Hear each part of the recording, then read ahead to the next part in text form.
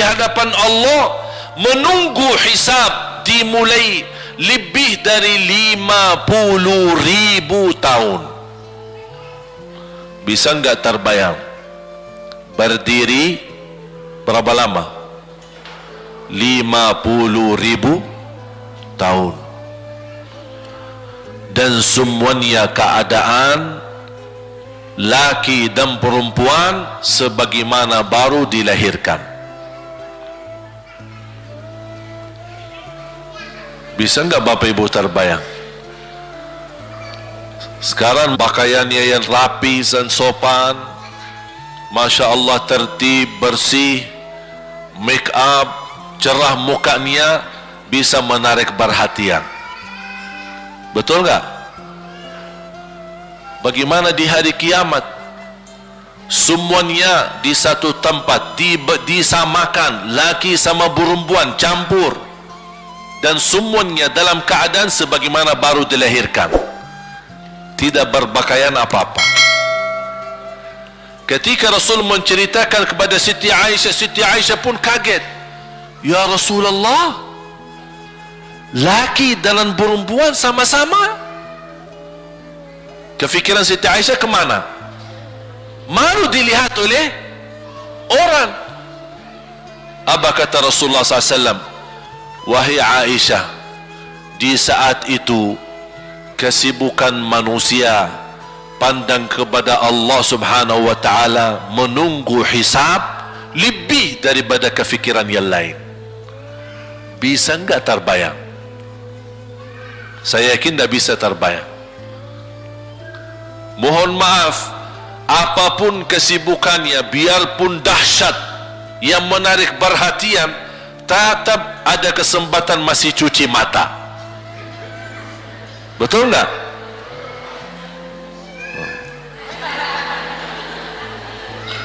Tapi kalau di hari kiamat beda keadaannya. Apapun yang saya jelasin tidak akan mungkin Bapak Ibu bisa bayangkan, karena itu bukan dahsyat lagi, tapi di luar batas kemampuan kita. Makanya Siti Aisyah sebagai manusia wajar kalau terkejut. Ya Rasulullah, kami dan laki-laki sama-sama. Rasul maklumi fikiran Siti Aisyah sebagaimana memaklumi fikiran kita yang sama. Tapi ternyata kalau di sana beda. Makanya di saat itu belum lagi matahari didekatkan. Disebut dalam hadis mil, 1 mil. Di dalam satu hadis 1 mil adalah, kalau untuk dalam mata itu kan berapa ukurannya? Berapa senti ya? Sangat kecil. Betul? Kalau dalam bahasa Arab itu namanya mil. Berarti ukuran nanti di hari kiamat kita berdiri 50.000 tahun dan mataharinya dekat seperti ini. Di riwayat mil bukan yang itu maksud, tapi adalah ukuran perjalanan 1 mil. Kira-kira 1 mil cukup jauh? Sama, kurang lebih berapa kilo? 1,5 kilo? Ya, kurang lebih 1,5 kilo. Sekarang jutaan kilometer kita merasa panas. Sudah ada AC, sudah ada kipas, sudah ada ujang, sudah ada ini, tapi merasa begitu panasnya. Itu jutaan kilometer. Bagaimana kalau 1,5 kilo? Makanya Rasul menggambarkan nanti di hari kiamat, yang biasa di dunia kalau kita keringat dari atas ke, kalau di hari kiamat terbalik, keringat kita dari bawah ke atas. Ini tergantung dosa kita. Kata Rasulullah, ada yang keringatnya sampai ke mata kaki, ada yang sampai ke lutut, ada yang sampai ke paha, ada yang sampai ke perutnya, ada yang sampai ke dadahnya, ada yang sampai ke lehernya, bahkan ada yang sampai merasa sudah sesak nafas, ingin melamatkan diri supaya tidak tenggelam di dalam keringatnya sendiri. Dalam keadaan itu 50.000 tahun. Di situ manusia sudah merasa gelisah, sudah cukup merasa tersiksa. Semua larinya, penolong siapa yang bisa menolong kita? Kita minta tolong kepada siapa yang bisa menyampaikan hajat kita kepada Allah supaya mulai hisab? Karena sudah kita tidak kuat lagi. Semuanya larinya kepada Nabi, Nabi Adam, Nabi Ibrahim, Nabi Nuh, Nabi Musa, Nabi Isa. Semuanya jawab yang sama, nafsi nafsi, Allahumma sallim sallim. Ya Allah, selamatkan diriku sendiri. Tak ada yang urus anak, isteri, suami, keluarga, apalagi manusia lain. Sama keluarganya saja dia lari. Tak ada, nafsi nafsi, diri sendiri. Ya Allah, selamatkan diri sendiri. Ya Allah, selamatkan diri sendiri. Ya Allah, selamatkan. Nabi Adam jawab begitu. Suruh, barangkali Nabi Nuh bisa bantu kalian. Datang kepada Nabi Nuh, nafsi nafsi, Allahumma sallim sallim. Datang kepada Nabi Musa, nafsi nafsi, Allahumma sallim sallim. Datang ke Nabi Isa, nafsi nafsi, Allahumma sallim sallim. Sampai terakhir Nabi Isa berkata, ada satu, saya rasa dan yakin dialah yang bisa memberi bantuan. Dia tunjukkan, itu dia, namanya Muhammad sallallahu alaihi wasallam. Bayangkan, semua manusia ini aja sekarang yang masih hidup berapa miliar, kita tidak bisa dihitung berapa jumlah penduduk bumi. Bayangkan dengan umat terdahulu, semua dikumpulkan dan semua menarah satu arah kepada Nabi Muhammad, minta tolong. Ya Rasulullah, ya Muhammad, ya Habiballah, tolong syafaatkan. Barangkali dengan bantuanmu, doamu, syafaatmu, bisa ini mulai dihisab, supaya terselesai siksa yang kita hadapi. Begitu mereka datang, apa jawab Rasulullah SAW? Allahumma sallim sallim, ummati ummati. Ya Allah, selamatkan umatku umatku. Fikirannya umatnya, bukan istrinya, bukan anaknya, bukan orang tuanya, bukan siap, umatnya. Umatnya dia fikirkan. Kemudian dia sujud di hadapan Allah Subhanahu wa ta'ala. Kata Rasulullah, di saat itu aku bersujud, Allah gerakkan lidahku untuk memuji Allah dengan kata-kata pujian yang tidak pernah makhluk pun sebelumnya sebutkan pujian itu. Artinya pujian yang Allah anugerahkan untuk Nabi Muhammad, sebelumnya tidak ada satu makhluk pun yang bisa mengucapkan, hanya Nabi Muhammad, dan hanya di saat dia sujud di hadapan Allah di hari kiamat. Allah biarkan beberapa lama, habis itu Allah berkata, ya Muhammad, irfa' ra'sak wasal tu'ta washfa' tushaffa'. Ya Muhammad, angkatlah kepalamu dan silahkan minta apapun, aku berikan. Silahkan beri syafaat kepada siapapun, aku terima syafaatmu. Langsung dia berkata, ya Allah, kasihan manusia, mohon segera dihisab. Baru mulai dihisab, turun kitab-kitab. Ada yang mengambil kitabnya dengan tangan yang kanan, itulah bahagia. Ada yang mengambil kitabnya dengan tangan kiri. Dia berusaha sembunyikan tangan kirinya karena dia malu kalau kitabnya diterima dengan tangan kiri. Dia sembunyikan tangannya yang kiri ke belakang.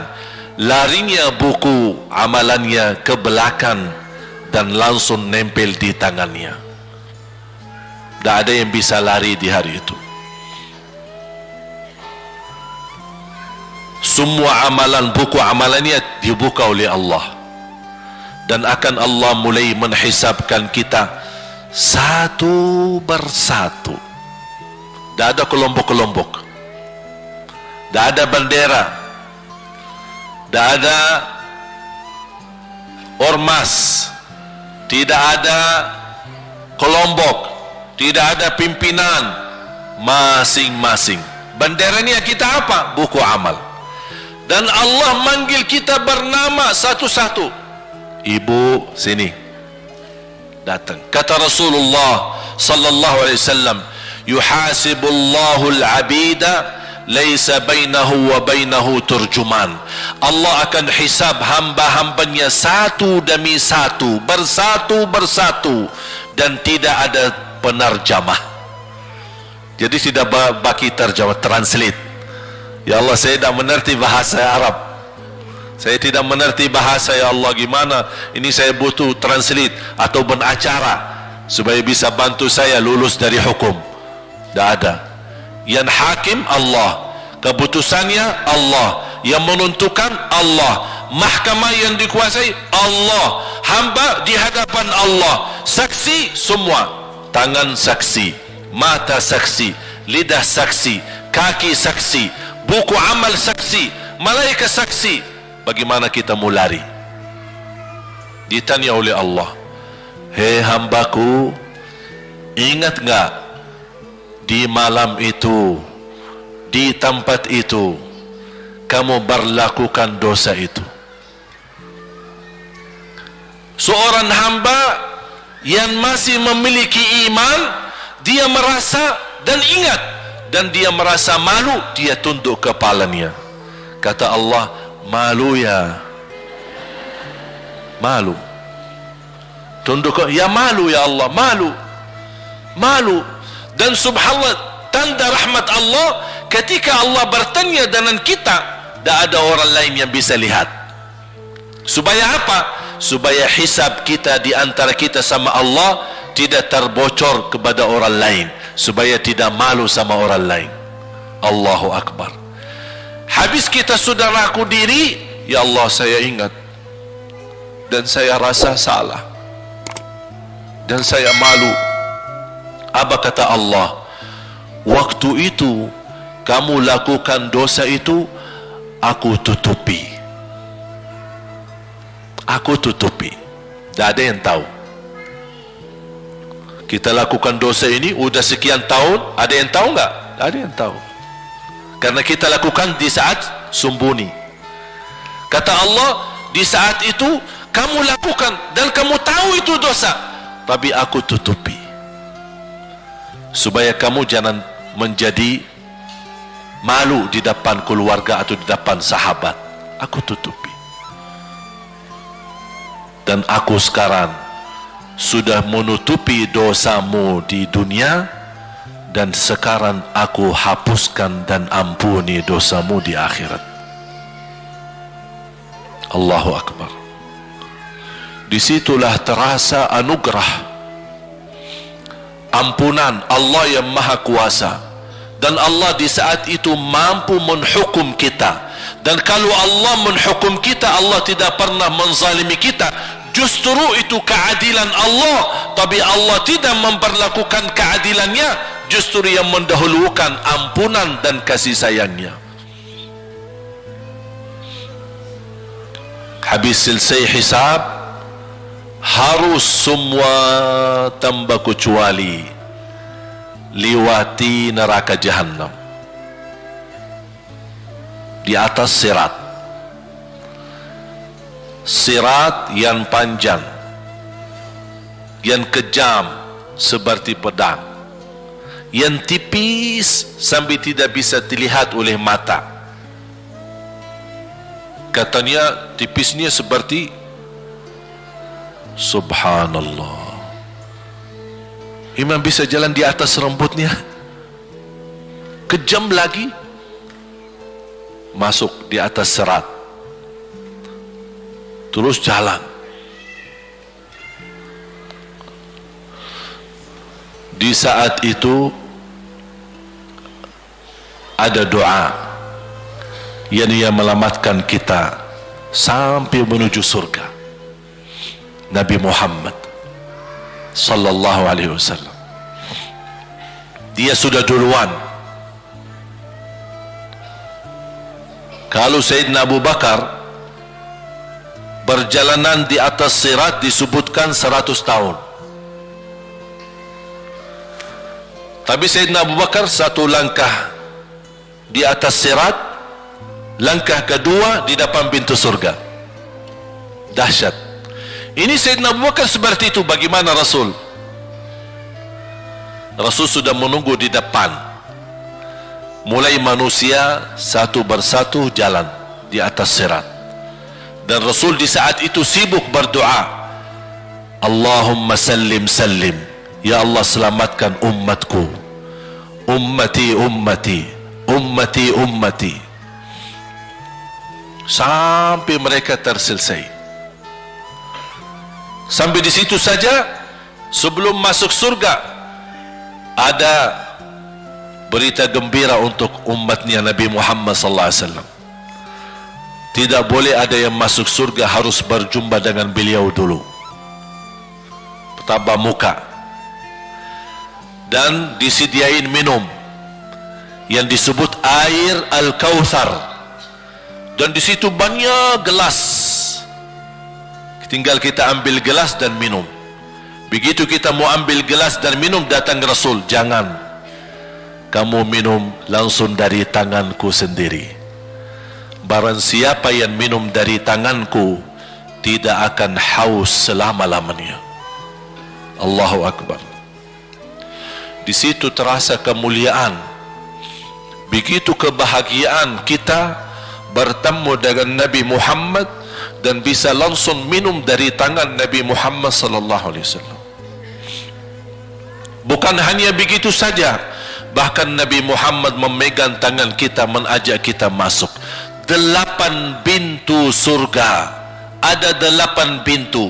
Rasul bersabda, satu pintu luasnya seperti antara langit dan bumi. Satu pintu antara langit dan bumi luasnya. Dan kata Rasulullah, di saat itu akan manusia gesa-gesaan untuk masuk surga. Itu tanda apa? Banyak yang akan masuk. Mudah-mudahan kita terhitung dari yang banyak. Begitu ahli surga masuk, kira-kira Rasul berhenti? Ahli surga sudah masuk, sudah aman? Tidak. Rasul balik lagi, keluar dan menuju dari langkah sirat yang pertama, melihat ada enggak ternyata ada di antara umatnya yang tersisa, yang dosanya terlalu banyak, gesa-gesaan di jalan, merangkak di jalan sampai jatuh di dalam neraka. Rasul mana mereka? Masuk ke neraka.